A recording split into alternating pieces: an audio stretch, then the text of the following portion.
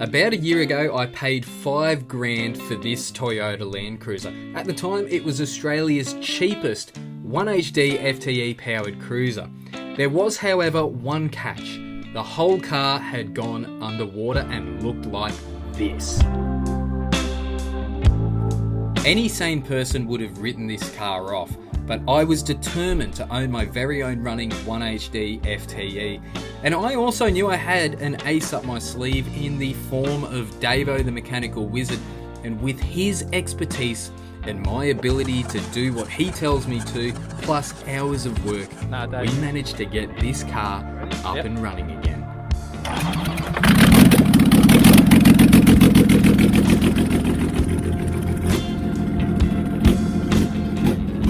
Just because we'd gotten the engine up and running again didn't mean we'd escape hours upon hours of further work just trying to get the rest of the vehicle to the state where you'd want to drive in it. We had to change every fluid, check and fix every electrical component, clean out all the flood mud and put a new injector pump on it just to get it back on the road. But as it turned out, underneath all that silt was a perfectly preserved 100 Series Land Cruiser. And I must say, with the help of Davo, I have ended up with a vehicle in which I am immensely proud. Needless to say, I will be keeping this car for a long time, but what better way to break it in than by taking it on a big four-wheel drive trip.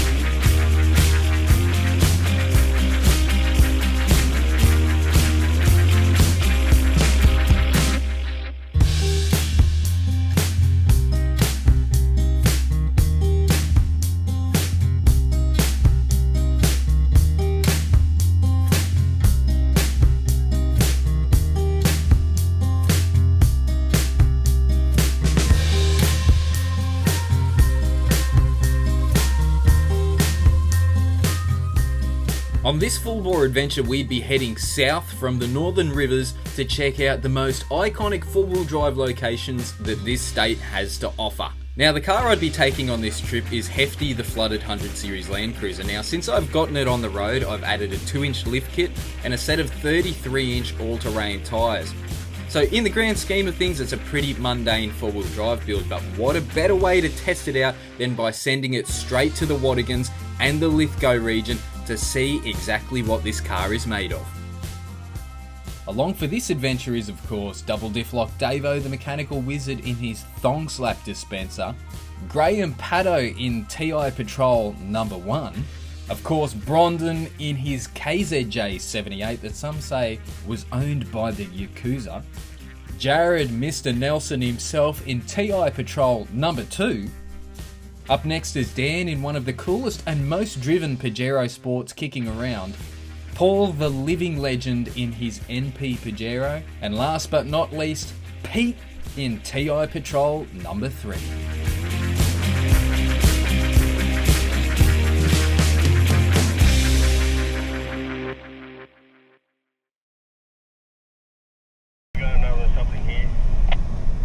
After checking out the Oxley Wild Rivers National Park, where a lot of the intro montage actually took place, we went on to Banda Banda State Forest.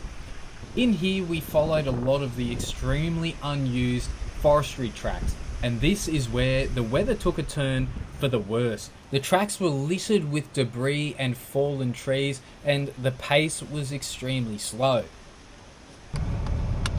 It's come up windy. It's turning into a real adventure of discovery.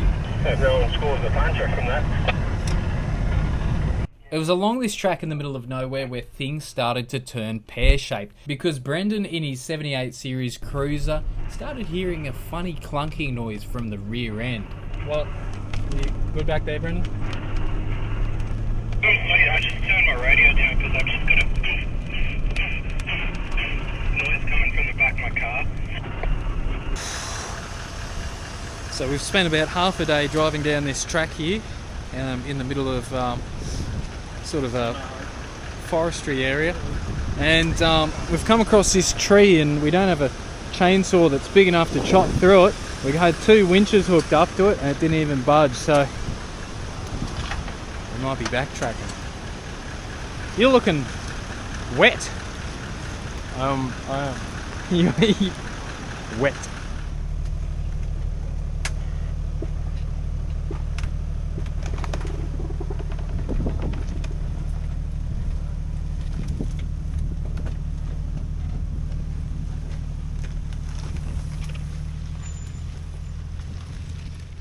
Well, things are getting interesting pretty quickly. It's about 5:15.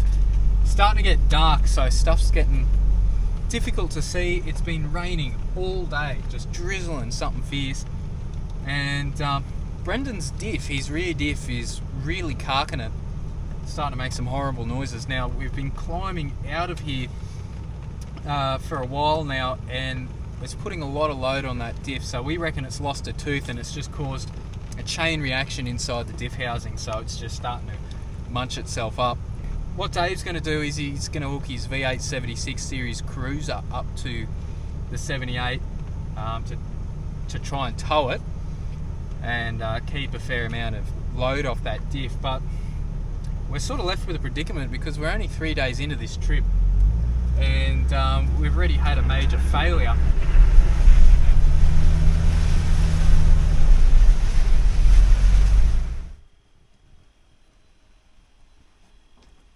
Yeah. What are you thinking, Brondon? It's a bit disappointing, mate. Yeah, it is. Oh, words could not express my levels of disappointment right now. We pretty much essentially flat-towed this thing 30 k's behind the 76 series, which is a bit nerve-wracking, but there was pretty much no other way out. So we're going to just try and track down a rear diff for it on Facebook Marketplace. If we have to buy one new from a reconditioner or something, then so be it. But if we can get one off Marketplace, we might be able to get ourselves back up and running a bit earlier because it is Saturday, so we've got a whole day of pretty much doing nothing. What's going on? Come on. Hey, what's going on? Hey, what are you doing, mate? Yeah, Jackie was agile. This thing's A few inquiries were made on Facebook Marketplace, and it was a true miracle when somebody on that platform actually responded to my message. Incredibly, he had the exact diff that we were looking for, and it was only a measly 70 kilometers away.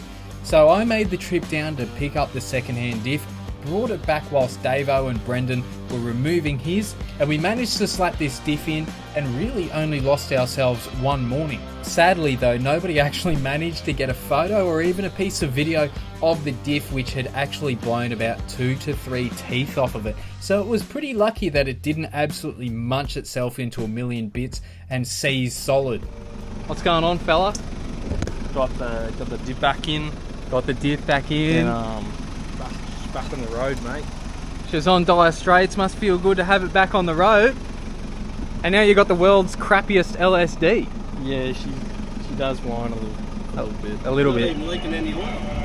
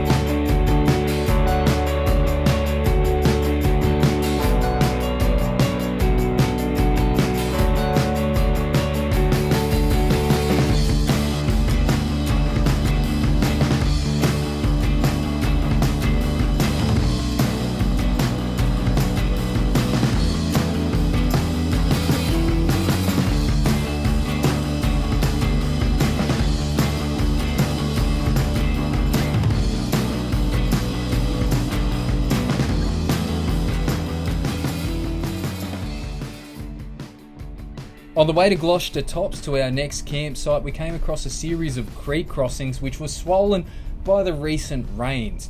These were super fun and really easy because the bases were super grippy. However, it was getting late and all we wanted to do was get to the campsite so we could set up camp for the night and have a cold beverage around the campfire.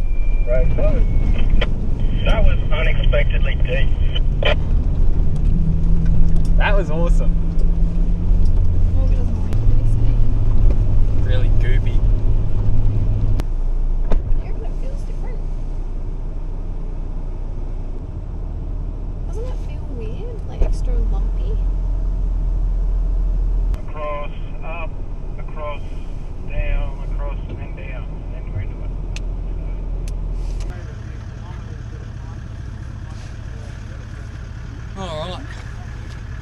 situation is a bit of an interesting one, a bit of a curly one.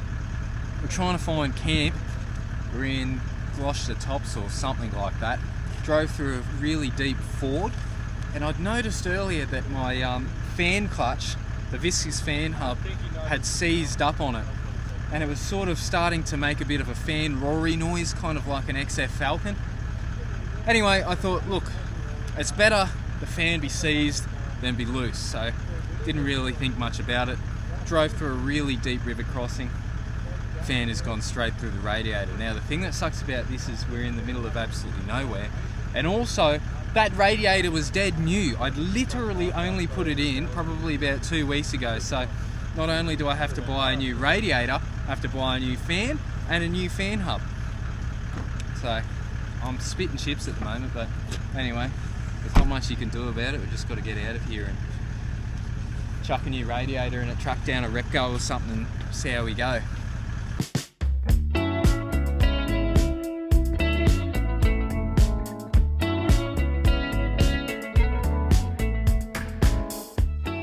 The rest of my night was comprised of me trying not to run over a piece of rope and also removing a new radiator out of a 100 series Land Cruiser.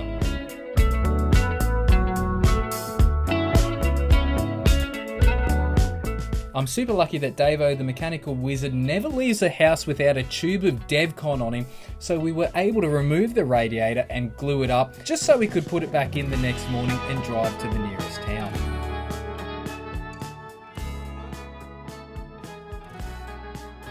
We're just camping on the side of the road. Everyone's set up. Got a little campfire going here.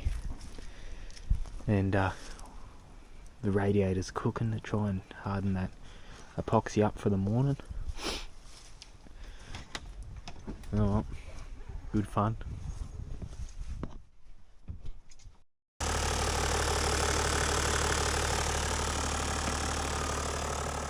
Well, we're back on the road. My radiator's got a massive chunk of epoxy holding it together, and I've done a fan delete as well as a shroud delete, and we're cruising along at 90 k's an hour because that's the speed limit here, and it's probably what, maybe 10 degrees outside, something like that. Pretty cold, and the temp gauge hasn't moved from where it normally sits, so I think perfect conditions to have like a issue with your cooling system, nice and cool, and just the airflow across the radiator as we're driving along doing 90 is enough to keep it cool. So I think we're in the sweet. Anyway, it's turning out to be an expensive trip. Radiators for 100 series aren't cheap, and I know that because I put one in it probably like a month ago. Anyway, that's called life. As luck would have it, some of Levine's grandparents actually live about 30 minutes from the Watagans, so it was decided that we would drive Hefty to their house where we would stay the night in supreme luxury. We even got pumpkin soup. The next morning I killed a really specific spot in their lawn whilst trying to change the radiator out of Hefty. Now, with the help of Jared, we were actually able to get this thing back on the road and get to the Watagans State Forest in time to tackle some tough tracks. Yahoo! I can hear Jared's tappets from here. He's sitting there idling and he's probably used like 7 litres. Patrols.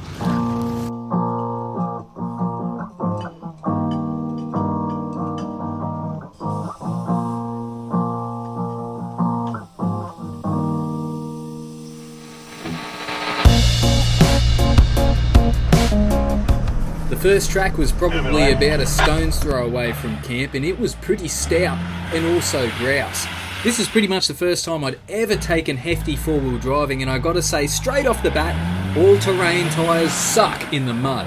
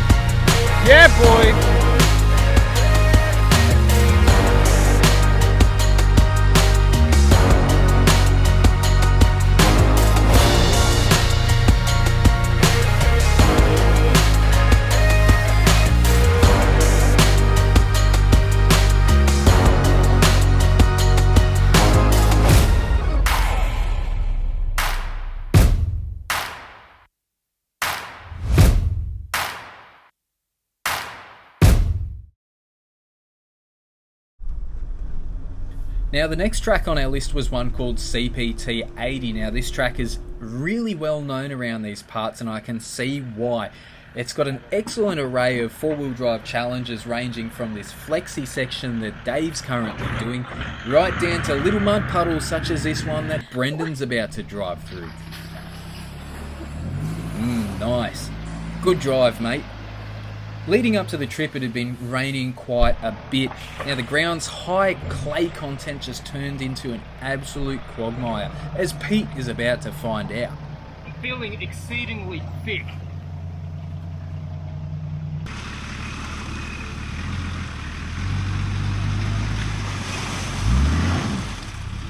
I think that's exactly what I like.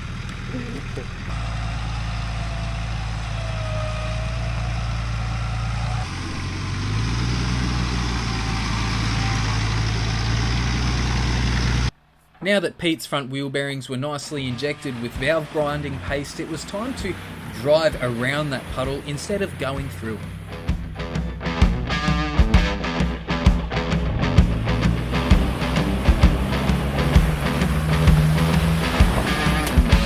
The last portion of CPT 80 consists of this awesome little hill climb. Now this turned into a slick the moment somebody drove over it.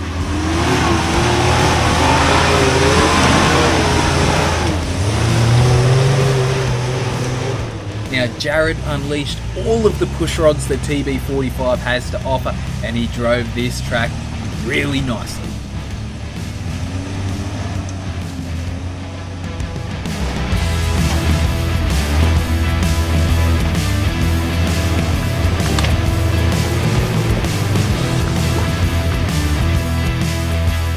Once the crispy flaky crust was broken through, we were down to the gooey caramel centre and there was no way any of us were going to make it up this in one go. So it was winchfest, winching from tree to tree, getting each car to the top, and it was good fun.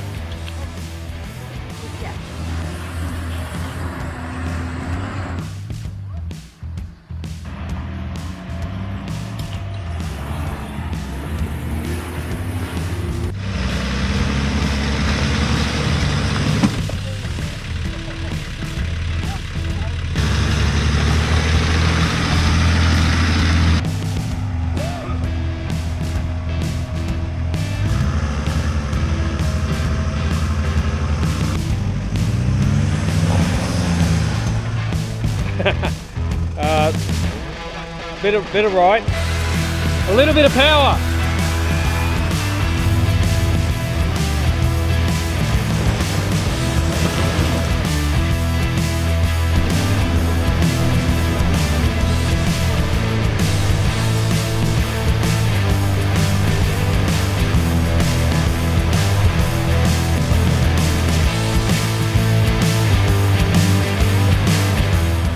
There you go. I did have to winch hefty to the top of this hill, but I'm probably going to blame this one on my $150 all-terrain tyres, which just plain sucked. You know what they say, a good tradesman always blames his tools. Next up, double diff lock Dave. There's no way he's going to make it though.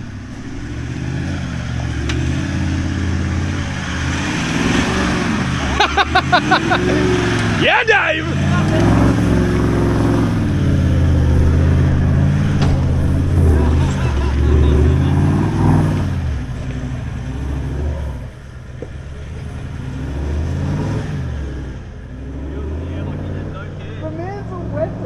There was no way we were going to make it up that. That's my dad for you. What do you make it look so hard for? That's my dad for you. Yeah, well he's your son, Pop. Oh, I'm sorry. No, My son. you can get away with it. That was a good drive, holy. You got balls of steel. This is Mackenzie's track. It's only about 1 kilometre long and it might not look like much on the map, but it was my favourite track of the entire trip because it was riddled with these technical rutted sections that really test your driving prowess and your vehicle's flexibility. To add to the fun, we were now joined by Dan and Paul in their Pajeros, and it was now time to see if we could get ourselves into a spot of bother.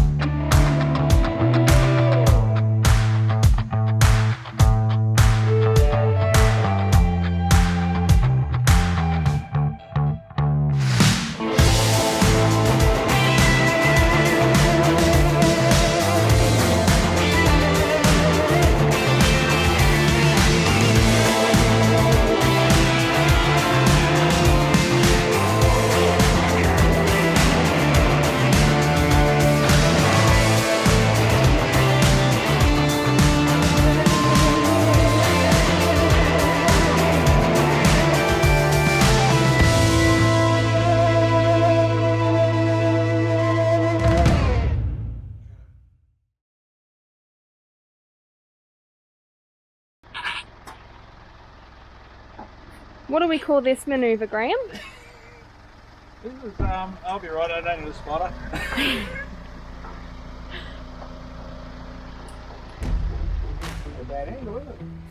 10-15 years ago, having a winch on your four-wheel drive was almost a luxury because it cost so much money. But to think that these days you can head on down to your local four-wheel drive shop and pick up a winch with Dyneema rope on it for like $500 is just incredible. I wouldn't even leave the house without one on the front of my four-wheel drive because it means that you can get yourself out of sticky situations such as this one.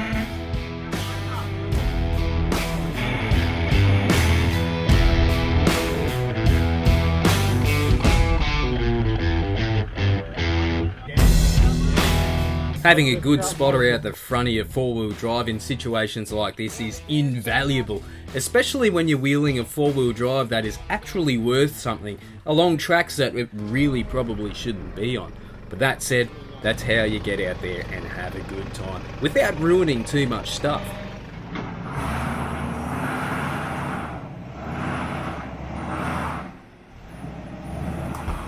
This next track might look familiar because it's actually the first track that we went on when we got to the Watagans, and we're doing it again because why the heck not? And Graham in the Double Diff Lock Patrol drives this like a trip up the Bruxner Highway with grace and finesse. Davo, on the other hand, well, grace and finesse are probably not a part of his vocabulary, but it does look pretty spectacular every time he picks a line, and good on you, Davo. Thonks up your way on this one.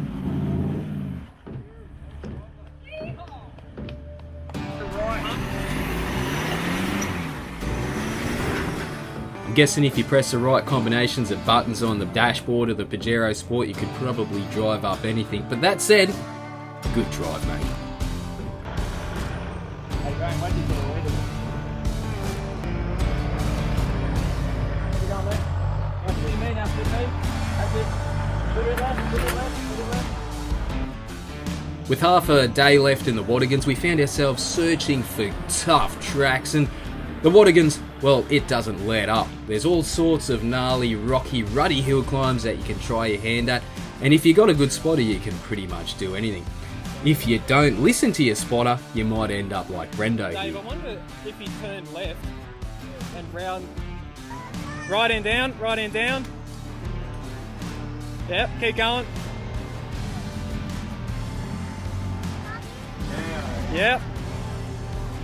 Slow, slow, slow. Now, okay, all that. Yeah, mate, you're on it. Just watch that side.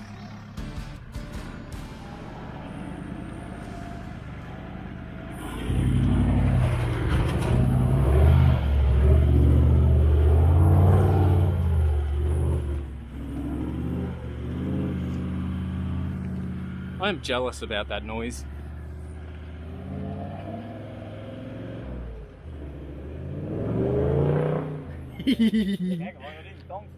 This is the last challenge of the last track of the day, and it might not look like it, but to the left there is a massive drop-off which would probably cause some serious bodily harm if you went off the edge, and therefore wheel placement is absolutely important to the nth degree. Some people are just better at it than others, and well, you'll see. What's going on, Kayla?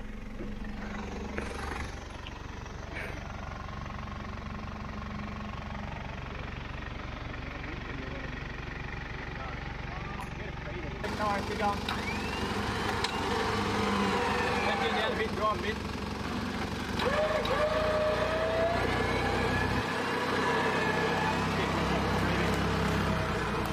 That was a curly one. That felt funny, eh? Felt funny as in what? Like I was clenching my ass cheeks. Oh, I thought you just had food poisoning. Oh, probably that. After spending 4 whole days in the Watagans, it was time to move on to the next portion of our trip, which was of course Lithgow, and more specifically its surrounding state forest. Now, there is a lot of 4-wheel driving to be done out here, and the type of driving that you'll find is a bit different to what you'll find in the Watagans. It's a bit grippier out here, and it's a fair bit more open. I gotta say, I like it a lot.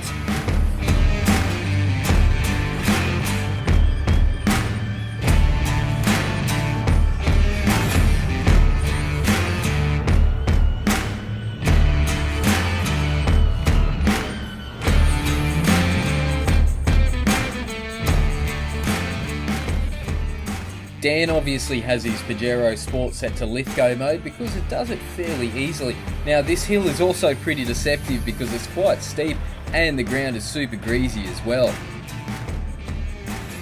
Now it takes a fair bit to catch Davo up, but of course the 70 series runs out of flex here. Oh no! Double dip lock depth gone dead. That's no worries, the cheat button is on the dash, and with a few extra thong slaps, Dave finds himself out of trouble.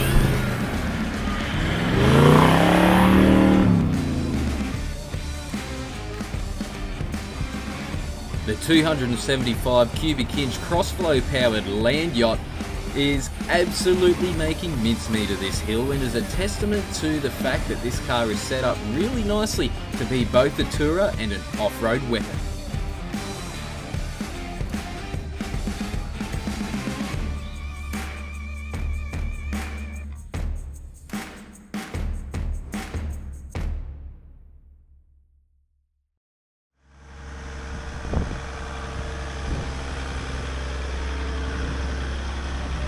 You know, historically I've done most of my 4-wheel driving in live axle rigs, including Banderas and HZJ105 Cruisers, LJ50 Suzukis and the like. So driving Hefty's a bit of a different ball game because it's got independent front suspension. You got to choose your lines super diligently to make sure you keep all 4 wheels on the ground. This is where having a rear diff lock would fix this thing up something fierce, but until then, having a spotter makes a world of difference, and sometimes I just got to give it a few extra berries than what I'm probably used to with my old 1.8Z. But one car that we're super impressed with is Dan's Pajero Sport.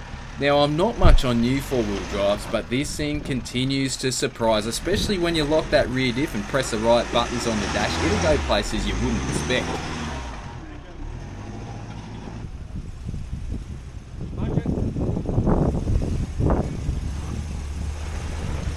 Too easy.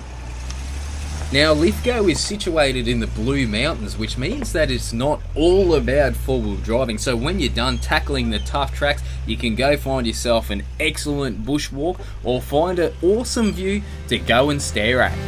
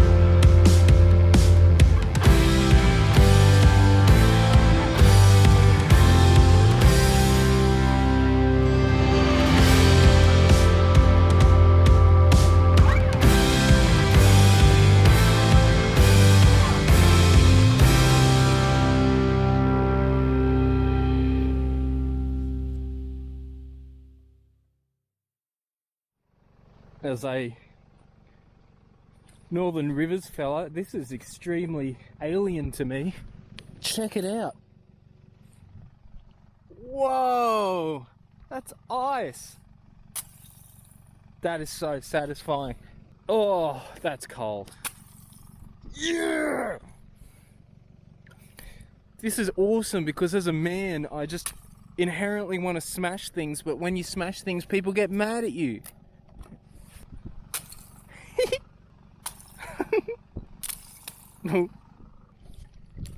Oh! It's like smashing glass. It's like finding an abandoned house and just ruining everything, which is every young boy's dream. Yeah. Okay, I gotta go back to the car. My hand is literally freezing so badly. Words cannot explain. Oh, this is why Jack didn't survive in the Titanic. Oh.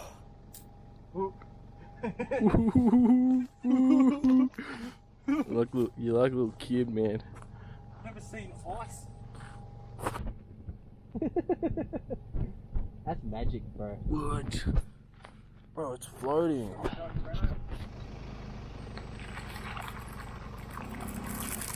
To discover ice living in nature was a truly incredible discovery for a bloke who has been living his entire life in the subtropics, because quite frankly the only place I've ever seen ice before is in my fridge. But enough of this joyous, whimsical occasion. It's time to go 4-wheel driving. This time we would be tackling a portion of the pipeline track. Well, this is more of the chicken track out of the pipeline track because, to be honest, we're in a bunch of touring rigs and I really don't feel like ruining my car for no particular reason. But this track was fun nonetheless. The XF Falcon's making light work of it.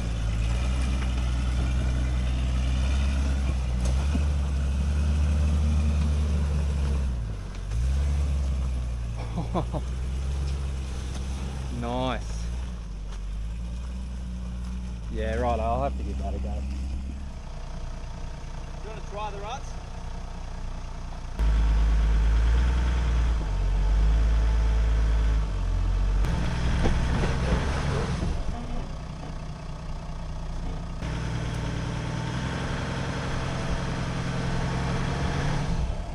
Just so slippery for you, mate.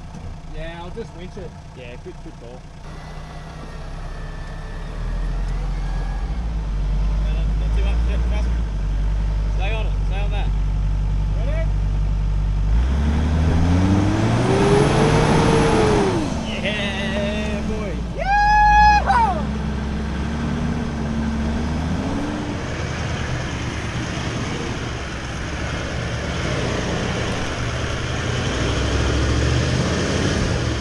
Front locker!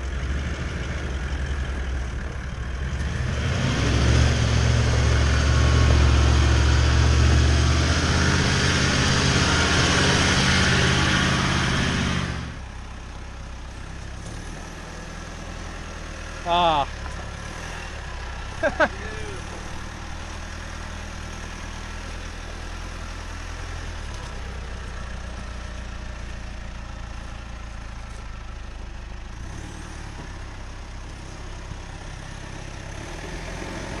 Stop, hang on. Just go back a touch. Down, passenger side a bit. Not too much. That's it, mate.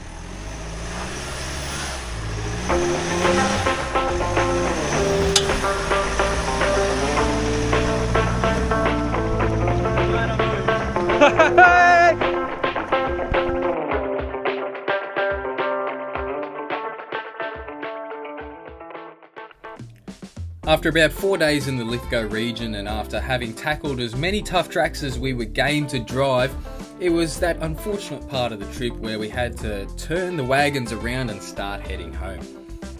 However, we did this in probably one of the more scenic ways that we could, as you can tell by these awesome drone shots in the background. We even stopped in at Barrington Tops, which is a great place to camp, especially if you like it cold. That said, this trip has been an absolute doozy. We haven't really travelled that far in the grand scheme of Australian travelling, but we have seen a lot of excellent country. We've had some tough tracks and we've also had breakdowns. We've also seen some spectacular sights and had a few more breakdowns. But in the true spirit of ingenuity and mateship, we managed to get back on the road every single time and onto the next tough track. Also, the campsites around this part of the world are top spec, and I gotta say, it was brilliant to sit around the campfire and have a few little sippy drinks and talk smack long into the night with family and friends. And you know what? That's half of the fun of going camping and four-wheel driving, is being able to spend time with the people that you enjoy. And finally, last but not least, Hefty, the 100 Series Land Cruiser, that flooded car that probably shouldn't have ever made it back on the road, took me this 4,000 k's through thick and thin, and really didn't miss a beat other than me punching a fan through the radiator, which was kind of my fault. Anyway, as an all-round vehicle, I just couldn't be happier. Super comfortable, super capable, super powerful, and super... I don't know, I'm just happy with it. What can I say? Now, because of this, you will definitely see Hefty the 100 Series on a future episode of Full Bore. But until then, keep cruising. We might even see you on the tracks, and we'll catch you on the next episode of Full Bore.